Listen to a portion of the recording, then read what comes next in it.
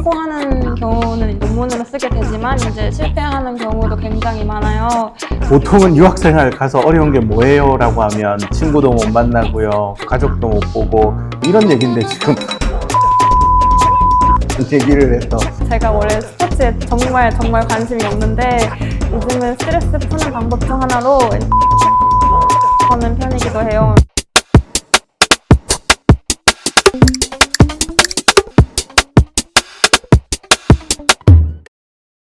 안녕하세요. 강의실 밖의 모든 이야기를 들려주는 여러분의 신스텔러 고려대학교 신창원입니다.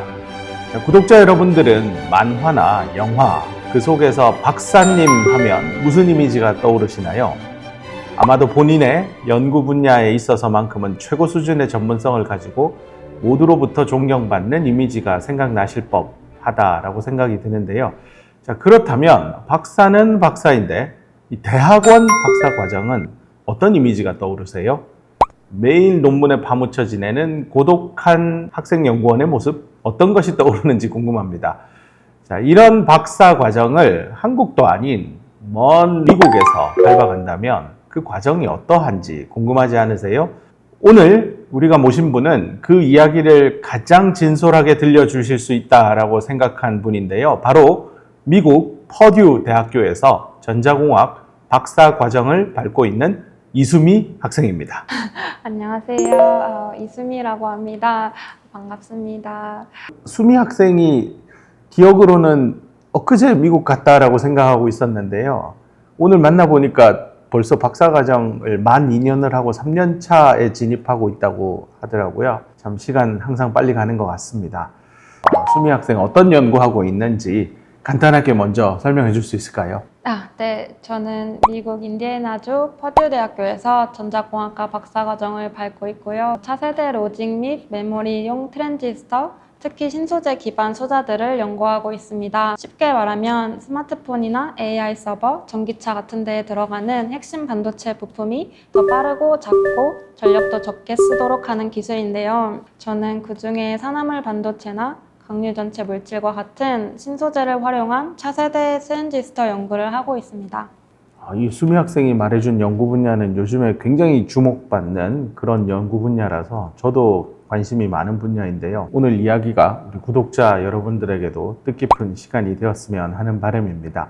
앞서 간단하게 설명은 하긴 했지만 이 본인의 차세대 트랜지스터 연구 개발이라는 이 연구 주제가 향후 우리 반도체 산업에 어떤 영향을 줄 수 있는지 지금까지 연구한 걸 바탕으로 본인의 인사이트를 우리 구독자분들과 한번 공유해주면 좋을 것 같습니다. 제가 연구하는 차세대 트랜지스터 기술은 실리콘 기반 소자가 가지는 집적도와 소비 전력 측면의 한계를 극복하고 더 작고 빠르며 높은 신뢰성을 갖는 소자 구조를 구현하는 것을 목표로 하고 있습니다.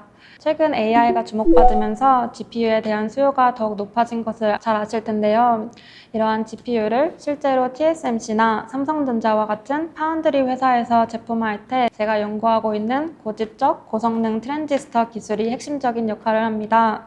그렇기 때문에 이런 트랜지스터 기술은 향후 고성능, 저전력 시스템 구현을 위한 중요한 기초 연구 방향 중 하나라고 생각합니다.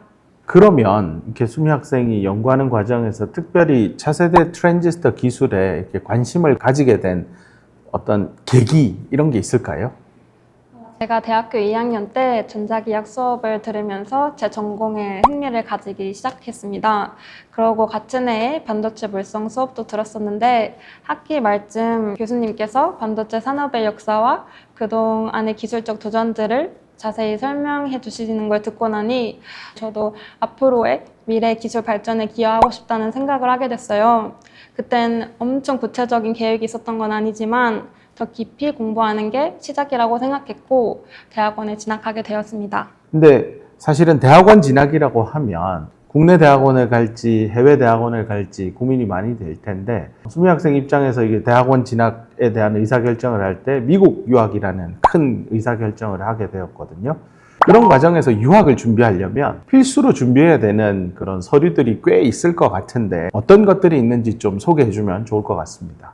미국 대학원에 지원하게 될 때 공통적으로 제출해야 되는 서류들이 몇 가지가 있어요. 그 성적표나 이제 공인 성적, 시험 성적, 추천서 같은 기본적인 서류 외에 이제 대학원을 왜 지원하게 됐는지 이제 Statement of Purpose라는 학업 계획서를 제출하게 돼요. 저는 평소에 글 쓰는 걸 좋아하고 지원 동기도 되게 오랫동안 고민해왔음에도 불구하고 이걸 이제 학교에서 요구하는 제한된 분량 안에 논리적인 글로 이제 풀어내는 게 생각보다 쉽지가 않더라고요.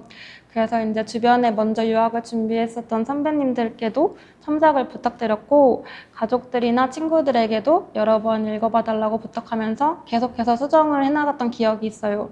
그래서 이 에세이를 작성하는 게 가장 시간이 많이 걸렸던 것 같아요. 만약에 유학을 준비하시는 다른 분들도 더 일찍 이 에세이 작성에 시간을 들이면 나중에 정말 제출할 때 더 완성도 있는 글을 제출할 수 있지 않을까 싶습니다.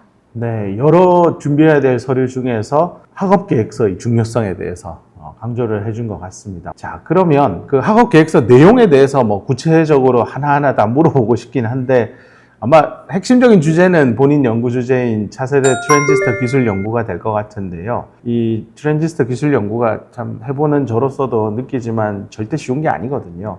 어려운 말로 무어의 법칙이 한계점에 도달했다는 이야기가 언론에서 여기저기 지금 나오고 있는데요.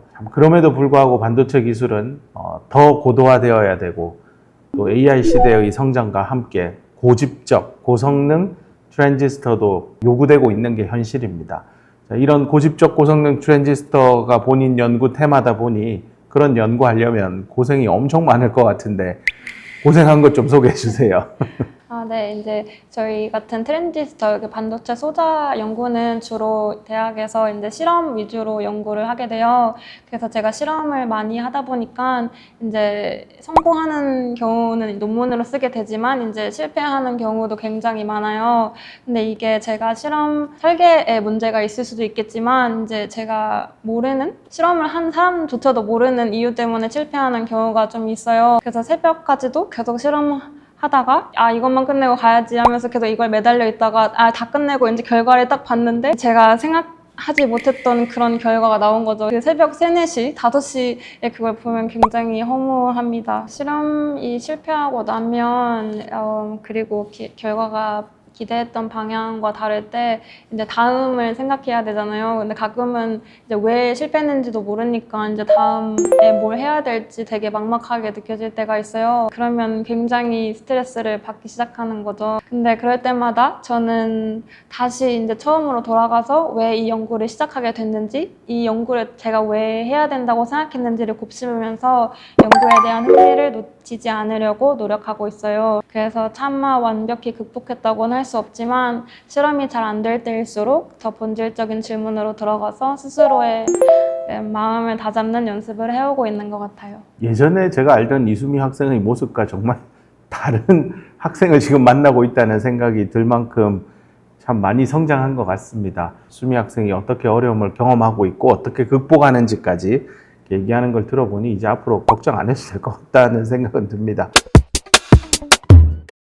차세대 트랜지스터 기술이라는 주제로 대한민국에 있는 국내 대학원에서도 박사과정을 할 수 있는 연구실들이 여기저기 있을 텐데 박사과정을 굳이 미국에서 해야 되겠다라고 마음먹게 된 어떤 모멘텀, 계기 이런 게 있다면 공유해 줄 수 있을까요? 반도체가 이제 미국에서 시작했으니까 조금 미국에서 공부해보고 싶다는 생각이 들더라고요.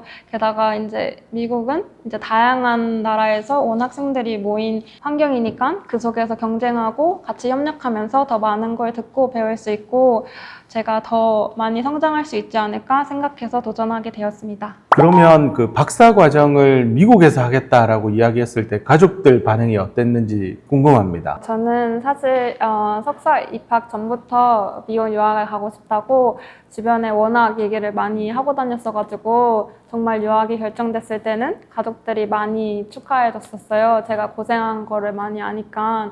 그리고 석사 과정 중에도 1년 동안 해외 인턴을 계속 했었어가지고 제가 외국에 나가 있는 것을 주변의 가족들이나 친구들이 어느 정도 익숙해져 있었던 상황이었습니다.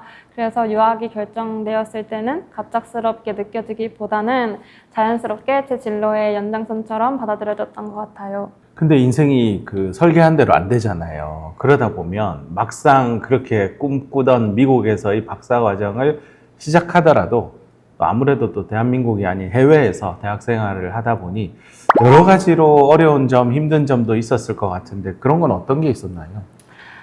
저는 계속 서울에서 생활을 했기 때문에 한국의 대중교통이 굉장히 익숙해져 있는데요. 근데 미국은 차가 없으면 생활이 많이 어렵더라고요. 물론 주마다 차이가 있을 수 있겠지만 제가 있는 인디애나 퍼듀 대학교는 버스 배차 시간이 굉장히 긴 편이고 가게들도 띄엄띄엄 멀리 떨어져 있는 편이어가지고 차가 없이 생활하는 게 좀 어렵더라고요. 근데 저는 지금 깜짝 놀란 게 보통은 유학생활 가서 어려운 게 뭐예요? 라고 하면 친구도 못 만나고요. 부모님도 못 보고 가족도 못 보고 이런 얘기인데 지금 교통편이 불편하다는 얘기를 해서 지금 깜짝 놀랐습니다. 저도 차가 없어서 불편했던 점 말고 정서적으로 좀 힘들었던 순간들도 있었습니다. 특히 제가 연구실에 유일한 한국인 여학생이기도 했어가지고 초반에 소외감을 약간 느끼는 순간들이 있었던 것 같아요. 그런데도 이제 시간을 많이 같이 보내고 이제 이미 2년 정도 같이 보내다 보니까 지금은 훨씬 편하게 지내고 있습니다. 그리고 같은 과에 친한 한국인 언니분들이 몇 분 계신데 그래서 평소에 힘들었던 이야기를 같이 만날 때마다 나누다 보면 외로움도 같이 사라지는 졌던 것 같아요. 유학생활 하면 뭐 누구나 정서적으로 느끼는 어려움이 이제 외로움 이런 부분일 텐데요. 참 낯선 환경에서 인간관계를 천천히 쌓아갔다는 이야기, 그 이야기를 들으니까 또 마음이 좀 놓이는 면도 있습니다. 이 박사 과정을 시작한 지 이제 만 2년을 지나서 3년 차에 올라간다라고 했는데요. 여기저기 학회 활동도 해봤을 것 같아요. 학회 참가해봤는지 궁금합니다. 네. 사실 이 학회, 국제학회에서 발표하는 게 제 이제 석사과정 때부터 박사과정 때 꼭 해보고 싶은 로망이었었어요. 근데 제가 정말 운이 좋게도 1년차 때 규모가 되게 큰 학회에서 발표할 기회를 얻게 됐어요. 학회에 가가지고 제 연구를 비슷한 분야의 교수님들, 학생들, 그리고 회사에서 오신 분들이 관심 있게 들어주시고 이야기를 나누는 경험이 정말 인상 깊었고 그 이후로는 학회에 가는 게 단순히 연구 발표를 넘어서 다시 한번 제 연구의 의미를 느낄 수 있는 기회처럼 느껴지는 것 같습니다. 그럼에도 불구하고 이 머나먼 낯선 타지에서 유학 생활이라는 것만은 분명 어렵고 힘든 과정이라는 생각이 드는데요. 혹시 뭐 박사 과정 생활하는 동안 스트레스 받거나 또는 요즘 말로 번아웃을 경험한 적이 있다면 그런 부분들은 어떻게 극복했는지도 궁금합니다. 사실 제가 박사 과정 1년차로 막 입학했을 때는 의욕이 굉장히 넘치는 편이었어가지고 나는 학년이 올라가도 번아웃 같은 거 안 올 거야 이렇게 생각했었는데 이제 제가 그 넘치는 의욕으로 이제 주말도 없이 밤낮으로 일하다 보니까 이제 2년차 끝나가는 지금 시점이 오니까 저도 많이 지치더라고요. 그래서 최근에는 아무리 바빠도 좀 이틀에 한 번씩은 시간을 내서라도 꼭 운동을 하려고 하고 있습니다. 그리고 또 미국 하면 또 농구잖아요. 제가 원래 스포츠에 정말 관심이 없는데 요즘은 스트레스 푸는 방법 중 하나로 농구 경기를 좀 챙겨보는 편이기도 해요. 어떤 방식으로든 이게 농구를 보는 거든 뭐 넷플릭스를 보든 스트레스를 풀 수 있는 자기만의 취미가 있는 게 도움이 되는 것 같습니다. 자기가 가진 그 스트레스 해소 방법에 대해서도 이렇게 공유를 해줘서 고맙습니다. 아마 지금 이 영상을 보고 있는 구독자분들 중에서도 이수미 학생처럼 미국 유학 생각하시는 분들 대단히 많이 있을 것 같은데요. 우리 구독자들을 위해서 수미 학생이 볼 때 미국 유학 준비하면서 중요한 점이 무엇이라고 생각하는지 좀 공유해 주면 좋겠습니다. 제 경험을 바탕으로서는 이제 미국 유학을 준비하는 과정에서 가장 중요하다고 생각하는 건 최대한 많은 정보를 수집하고 이제 그걸 바탕으로 본인이 원하는 방향에 맞게 계획을 좀 세워나가는 것 같아요. 정보는 생각보다 다양한 곳에서 얻을 수 있거든요. 인터넷에 올라온 글도 있고 또 유학을 먼저 다녀온 지인이나 선배들 이야기도 큰 도움이 될 수 있어요. 석사 때 같은 연구실 선배 중에 유학을 먼저 준비하신 분들이 꽤 많았었는데 그분들의 경험을 들으면서 제 선택과 판단에 필요한 기준들을 만들어 갈 수 있었던 것 같아요. 꼭 계획을 일찍 세워야 한다는 의미보다 시간이 많을수록 더 다양한 정보를 쌓고 그 시간 동안 내가 왜 유학을 가고 싶다고 생각했었는지 그리고 이제 진짜 미국에 가서 어떤 환경에서 유학 생활을 하고 싶은지를 더 깊이 고민해 보는 게 좋은 것 같습니다. 아무래도 인생에 있어서 되게 중요한 선택이었기 때문에 최대한 많은 정보를 수집하고 또 본인의 유학의 고유한 목적에 대해서 스스로 고민한 다음에 철저한 계획을 세우는 것이 대단히 중요하다라는 이야기를 해준 것 같습니다. 이 유학을 생각하고 있는 구독자분들에게 정말 마음에 와닿는 유익한 말들을 많이 해준 것 같습니다. 흔히 반도체나 공학 연구 같은 주제를 우리 학생들이 너무 어렵게 또는 너무 멀게 느끼고 있는 게 현실입니다.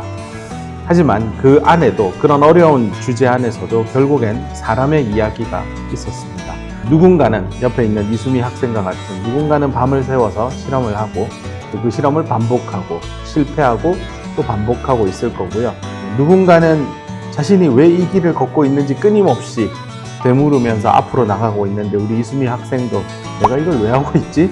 라고 스스로에게 자문하면서 또 더 큰 성장을 해 나가고 있는 것 같습니다. 오늘 이렇게 소중한 경험을 우리 구독자분들과 함께 나눌 수 있는 기회를 주어서 고맙고 작은 용기와 영감을 미국 유학을 꿈꾸는 여러분들에게 전해드릴 수 있는 소중한 시간이 되었기를 바라봅니다. 시청해 주셔서 고맙습니다. 감사합니다.